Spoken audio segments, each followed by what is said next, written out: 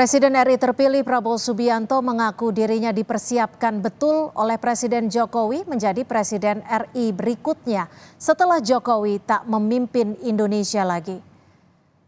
Hal ini disampaikan Prabowo saat menghadiri Halal Bihalal PBNU kemarin hari Minggu.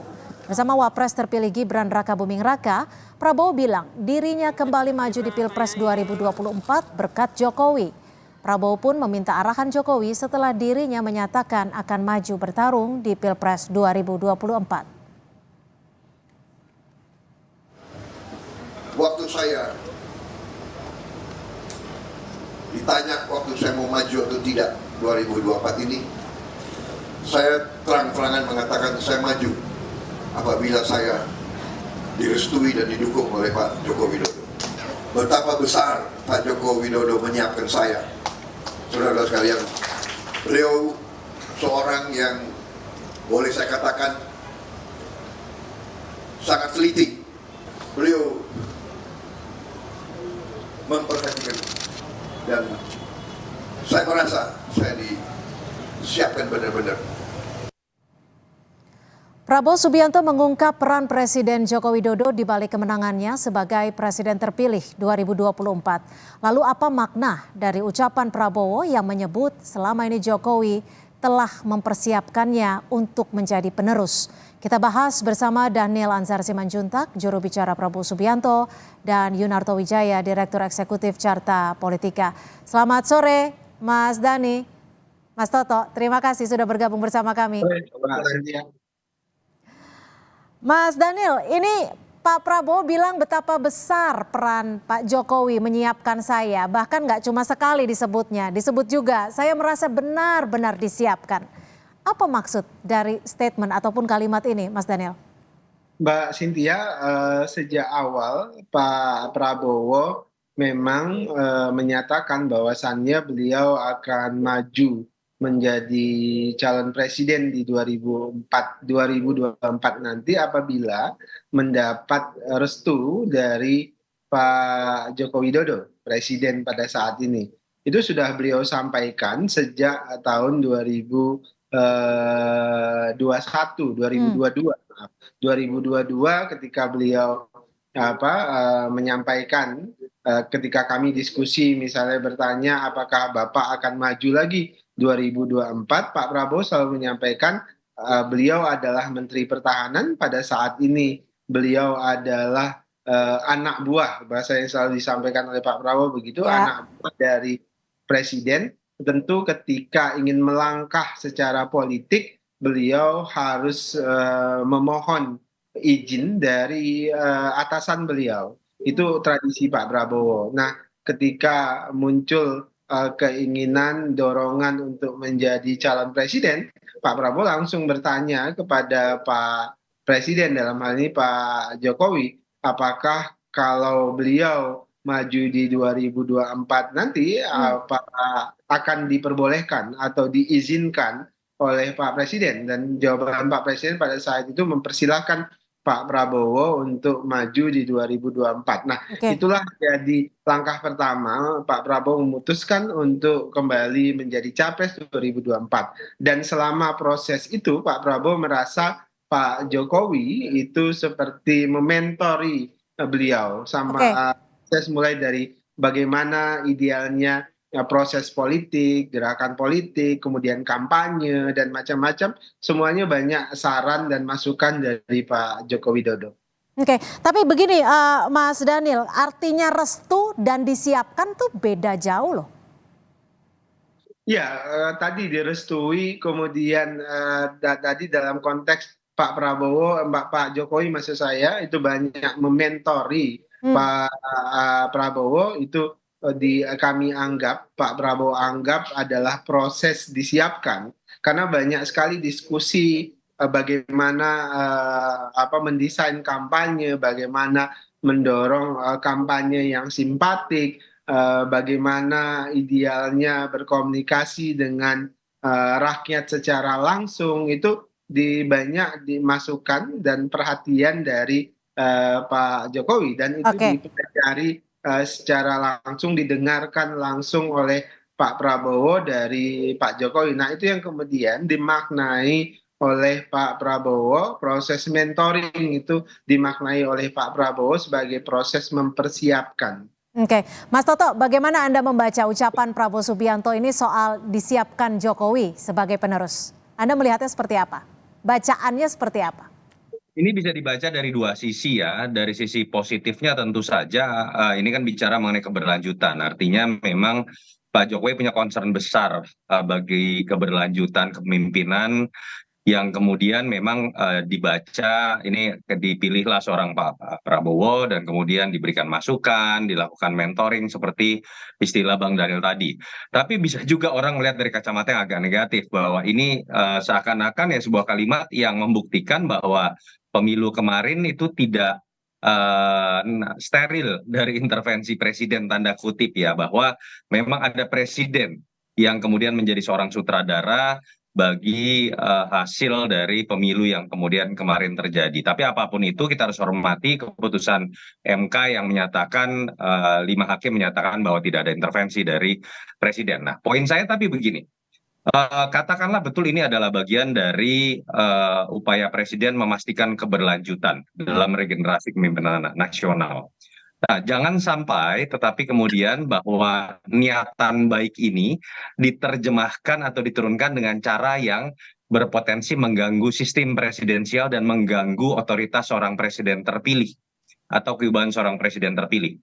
Artinya apa? Bahwa ketika presiden sudah terpilih, hak prerogatif yang melekat di dirinya itu hanya boleh betul-betul dilakukan oleh dirinya. Contoh, bagaimana kemudian memilih menteri-menteri yang ada dalam kabinet, yang boleh memilih sebesar apapun jasa seorang Jokowi terhadap kemenangan Prabowo itu hanya Pak Prabowo. Tidak boleh ada peran seorang Jokowi yang nanti adalah mantan presiden untuk mendapatkan jatah menteri misalnya atau ikut mengatur siapa yang akan menjadi menteri. Yang kedua dalam konteks menentukan arah kebijakan atau program yang memiliki kontrak politik hanya seorang Prabowo, bukan Jokowi. Jadi dalam konteks ini sehebat apapun peran seorang Jokowi seperti ada dalam kalimat yang diucapkan oleh Pak Prabowo, tapi tetap Pak Jokowi adalah seorang mantan presiden. Berikanlah kesempatan seluas-luasnya kepada seorang presiden terpilih dalam hal ini Pak Prabowo untuk kemudian menjalankan pemerintahannya dan biarkan mentoring itu terjadi dalam nasihat-nasihat yang sifatnya informal. Tidak perlu juga dipaksakan misalnya Pak Jokowi harus mendapatkan jabatan yang sifatnya istimewa, apalagi kalau kemudian sampai bisa dikatakan offside dari sistem presidensial yang memang kita anut. Secara umum seperti itu sendiri. Mas Daniel, ini kan Prabowo juga bilang sering diminta berkunjung ke suatu wilayah gitu ya, atas arahan Presiden Jokowi. Lalu apakah memang sedalam itu Jokowi berperan dalam tugas Pak Menhan? Tadi saya sebutkan Mbak Cynthia, ini proses mentoring. Pak Jokowi seringkali memberikan atensi terkait mana daerah yang menurut beliau itu harus menjadi perhatian secara politik di satu sisi, di sisi lain harus menjadi perhatian secara ekonomi misalnya, secara elektoral dan sebagainya. Nah itu karena pengalaman panjang Pak Jokowi melalui 2 kontestasi dan menang itu penting didengarkan dan diikuti oleh Pak Prabowo. Nah itu yang tadi dimaknai kenapa Pak Prabowo penting mengunjungi daerah ini. Daerah ini strategis secara elektoral misalnya. Bagaimana cara berkomunikasi dengan warga dan rakyat di daerah ini dan sebagainya.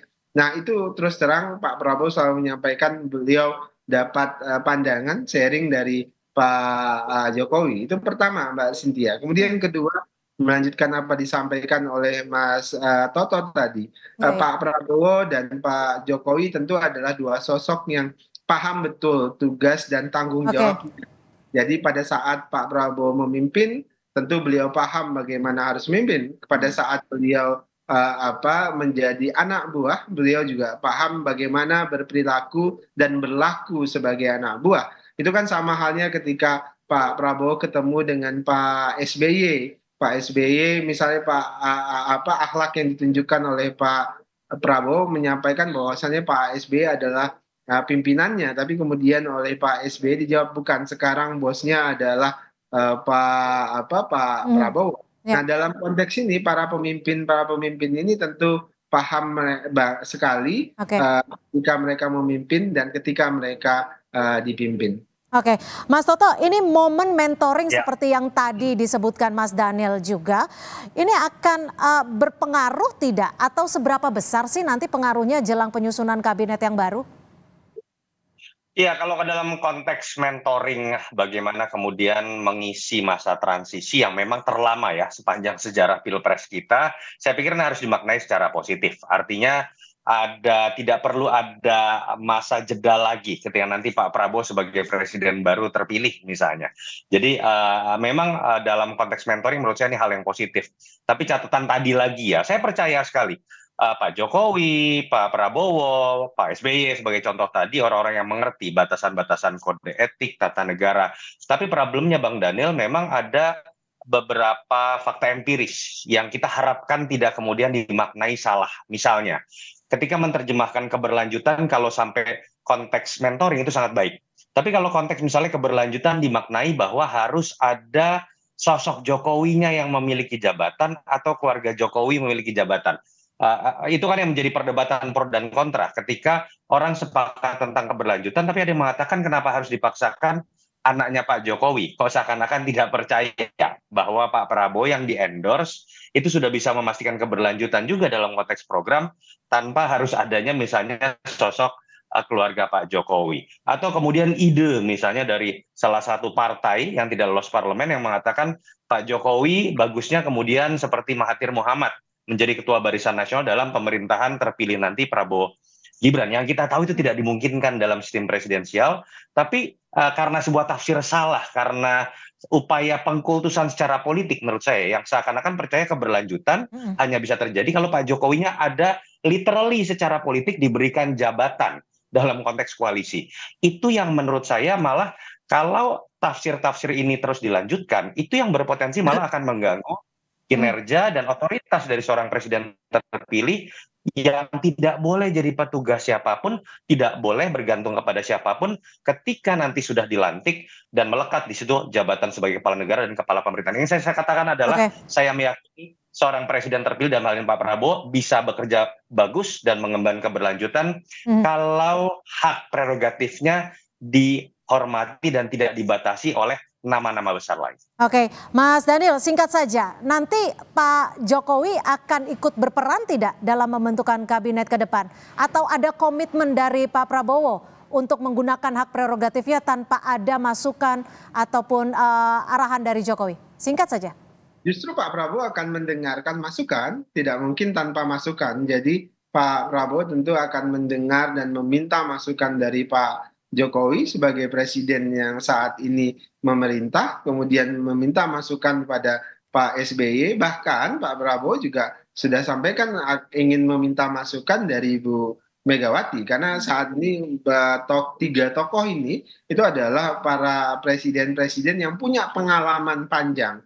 Bahkan Pak Prabowo secara berulang menyebutkan beliau ingin sekali duduk bareng, diskusi panjang dengan para mantan presiden nantinya, sehingga ada seperti istilah saya itu si presidensial club, walaupun punya perspektif politik yang berbeda, sikap politik yang berbeda, tapi mereka bisa duduk bersama, bisa sharing pengalamannya, sehingga komitmen Pak Prabowo yang selalu dijatakan ingin melanjutkan kepemimpinan presiden-presiden sebelumnya, bukan hanya Pak Jokowi, tapi Pak SBY, Bu Megawati, dan presiden-presiden sebelumnya itu bisa dilakukan. Apalagi sekarang yang masih bisa hadir langsung dan diskusi langsung adalah tiga orang ini, yaitu Pak Jokowi, Pak SBY, dan Bu Megawati. Sehingga ini akan menjadi contoh baik buat generasi-generasi muda, pemimpin-pemimpin masa depan, bahwasannya sekeras apapun kita berbeda, para pemimpinnya itu bisa tetap bersatu memikirkan bangsa dan negara. Baik, terima kasih Mas Daniel Anzar Simanjuntak, juru bicara Prabowo Subianto, dan juga Mas Yunarto Wijaya sudah bergabung bersama kami di Kompas Petang. Selamat sore. Sore.